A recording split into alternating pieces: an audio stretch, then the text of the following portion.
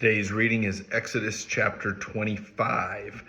And as we get into this section, the next couple of chapters, and actually a lot of the chapters through the rest of the book, is a lot of this descriptive language. Some of it's going to start to get a little repetitive.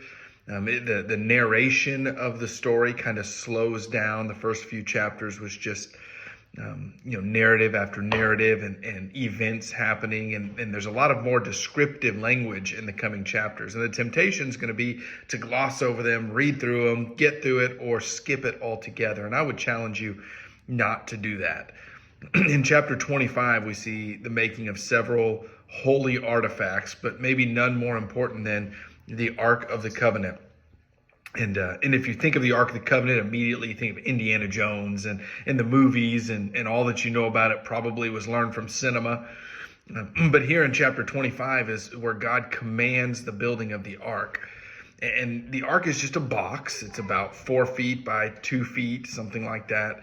On top of it is a pure gold seat, the width of the box, with 2 gold angels on either side kind of surrounding it. The mercy seat.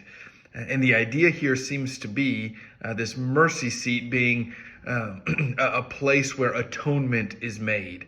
It's going to be the place where God is said to sit and where Moses speaks to God through this mercy seat.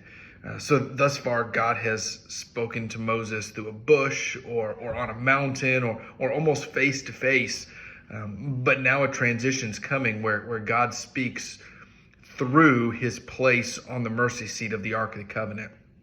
It's almost a transition of when Moses would go directly to God to future people are going to have to go through this mediation.